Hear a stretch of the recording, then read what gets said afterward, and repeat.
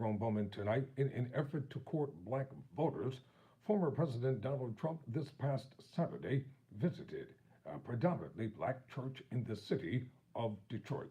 So let's get down to the essence of this story. According to Reuters, former President Donald Trump ventured on Saturday where Republican presidential candidates tread, the city of Detroit attending a community forum as part of a push to peel black voters from President Joe Biden ahead of November's election.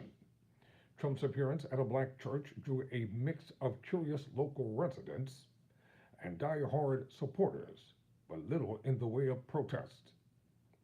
Both Trump and Biden, a Democrat, have targeted Michigan as a must-win state where every vote may make a difference. And the Trump campaign argues an opportunity exists to win over black voters, particularly men, who may be attracted to the former president's economic and border security policies. But Detroit is also a place Trump deintegrated yes, but Trump is a place Trump denigrated 4 years ago as, quote, corrupt, close quote, as he argued the 2020 election results there could not be trusted. At the 180 Church on the west side of the city, Trump sat on a stage at a table flanked by a panel of members of the local community, including small business owners and activists. The event was moderated by U.S. Representative Byron Donalds of Florida, a contender to be Trump's vice presidential pick. Trump focused on his core message, blasting the Biden administration over high inflation, crime, and illegal migration, which he said has harmed black Americans in particular.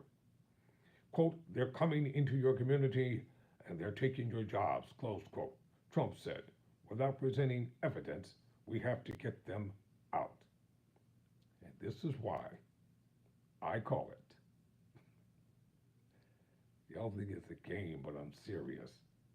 This is why I call it political mind games. Trump said crime was most rampant here in African American communities, adding that the black population wants law enforcement more than any other. He also vowed to revitalize the local auto industry in Detroit by slapping tariffs on vehicles built in Mexico and elsewhere. The church's senior pastor, Lorenzo Sewell, credited Trump for showing up by comparing him to Barack Obama, America's first black president. President Obama never came to the hood. That's a damn lie. Sewell said, so thank you. Wearing a Make Black America Great Again t-shirt. Boy, you can pay these preachers any amount of money to sell their people out. You know, it's ridiculous, but it's true. You can pay these black preachers any amount of money to sell out their own people. Wearing a, quote, Make Black America Great Again, close quote. When was Black America ever great? Black America has suffered a living hell here in the United States of America.